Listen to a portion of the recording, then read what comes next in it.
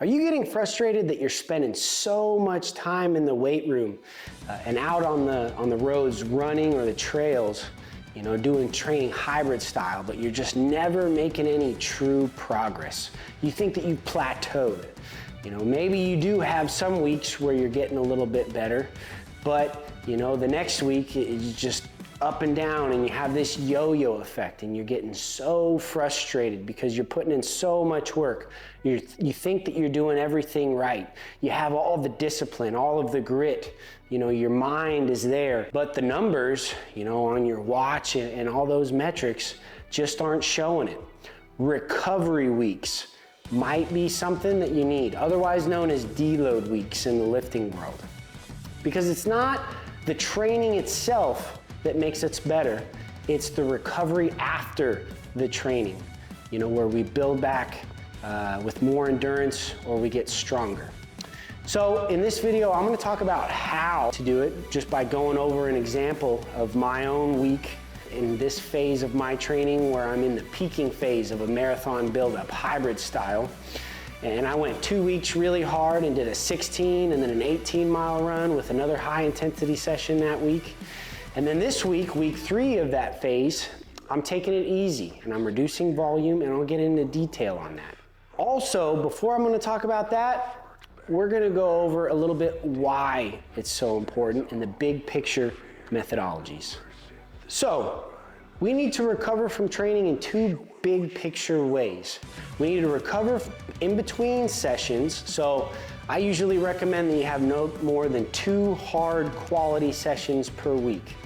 You know, spaced out between easy, low intensity sessions in between at zone 1 to 2. All right. And then, so that's for every single week, but you also need to have hard weeks and then easy weeks. You can't just keep building up like for very long periods of time and just never take your foot off of the gas pedal, or you can succumb to overtraining syndrome, which is a little bit better represented with this graphic with 2 scenarios. So you'll see this bottom squiggly line is overtraining, or you're never taking your foot off the gas pedal, you're doing too much. All right. This, you know, we're just like consistently getting a little bit worse and worse over a long period of time, or you could also think of this as just never actually getting any better and just riding that plateau line. But we want to be like the top squiggly line, you know, where we have ups and downs, but there's a general trend that we're getting better in the long run. Because if there's one thing I know from experience is that if you are just riding that bottom squiggly line and you're doing everything right, injury risk is going to be huge. You know, you're going to be constantly battling some nagging injury every time.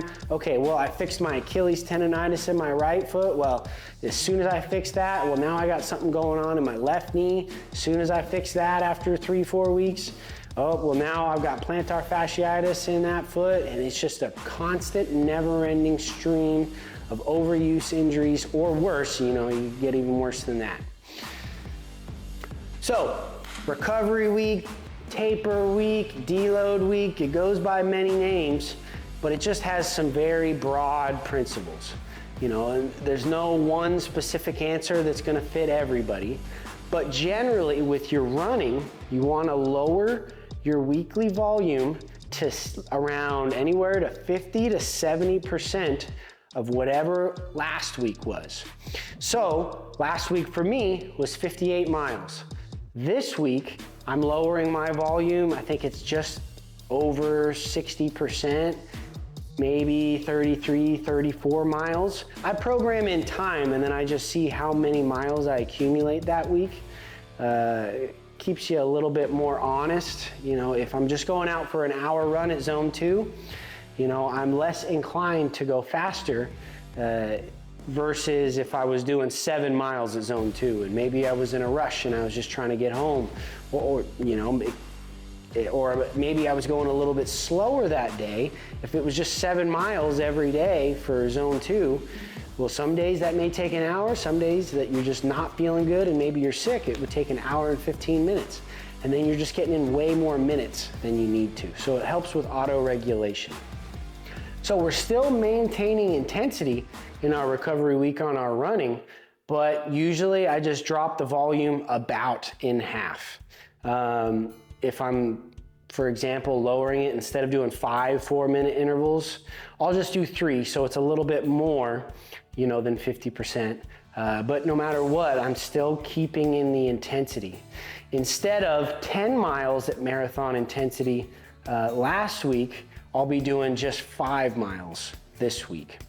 You know, it kind of depends, because some people just take out the intensity altogether, especially if you're a little bit older of an athlete, or you work a really hard, difficult job. Maybe your recovery weeks, all you do is a little bit of speed work in the form of just strides. So picking up the pace from anywhere between 15 to 30 seconds, just to keep the leg turnover and just quickness and springiness in those legs. So I've done that with a lot of people too, but I'm pushing on the gas pedal really hard, so I'm keeping in my intensity. Or maybe instead of 2 high intensity sessions per week, you just go down to 1 high intensity session per week. This I found was a pretty good sweet spot for people in the military that I was training up for, like best ranger competitions, ranger school, special forces assessment and selection. Because you know, the military is a pretty stressful life. I didn't want to take off the gas pedal altogether, because I usually didn't have a super long period of time I was able to train with them. But you know, I didn't want to keep 2 hard sessions per week on those recovery weeks, because they just needed a little bit more recovery, even though they had all the grit that they needed to do those 2 sessions. You know, it was just more productive with 1 high intensity session in those recovery weeks. The lifting is pretty simple. I just lower all of my weekly volume in half, right? I just, instead of doing 4 sets, okay, now I'm doing 2. Maybe I was only doing 2 sets of some things, I'll just do 1. 1 is enough to get a lot of people stronger in the first place. You know, everything doesn't have to be 5 by 5. You know, and I've seen lifts progress with just 1 set a week for long periods of time. So these sessions are a lot shorter. I'll either do about the same weight or 5 pounds lighter. You know, if the weight doesn't, if I'm doing maybe 50-pound overhead presses, you know, the week prior, I'll put 50 pounds on the dumbbells again and see how it feels. If it doesn't feel a little bit lighter than it did last week, you know, I'll lower it by 5 pounds and just do half as many sets. So I'm not lowering the intensity very much at all in my recovery weeks, you know, not really by more than 5 to 10% of whatever I had settled on the week prior. I went into this week with some serious fatigue after I did an 18-mile run last Sunday. So on Monday, I just did a zone 1 recovery treadmill walk, where I just walked quickly and I adjusted the incline until I got my heart rate where I wanted it to. I did not lift at all on Monday. I just did some extra recovery. In the morning, I took a cold shower, and then in the afternoon, I took a hot shower after I kind of played outside with my son for a while. And then I did some just deep, long stretches, okay? Then on Tuesday, I did a nice, easy zone 2 run where I wasn't thinking about heart rate. I just settled into an easy pace, which was pretty slow, but you know, my legs actually already were starting to feel better. Then I did a little bit of upper body strength training session. I got 2 upper body sessions a week that I do. The first one of the week is a horizontal press focus day. All right, so bench press, push-ups, things like that. Anything horizontal and down is included in that day. And then I also had a vertical pull focus day on that Tuesday. So pull-ups, lat pull-downs, where I'm going from above, all right, a vertical pull. And that day was pretty fun. My upper body, you know, still felt fine because it's a marathon, so most of the fatigue's on the legs, so it wasn't too bad. I felt a little bit stronger, and then it also helped boost my hormones, because that's one of the best things about strength training is it increases your testosterone, which for guys is incredibly important because lots of aerobic training or running can lower your testosterone a little bit and cause sleep issues, digestive issues, all the above, right? So that strength training helped get my hormones on track a little bit. Wednesday, we were going to Dollywood. It was gonna be a very long day. So I had to wake up and I did my high intensity intervals on a treadmill in the morning where I was doing VO2 max intervals. So 4-minute intervals, it was brutal. But I didn't want to do that on Tuesday, just 2 days after that long, hard peaking marathon run, because I just wouldn't have been recovered enough. And I didn't want to wait too long into the week, so I just had to get up 3:30 in the morning and get it in.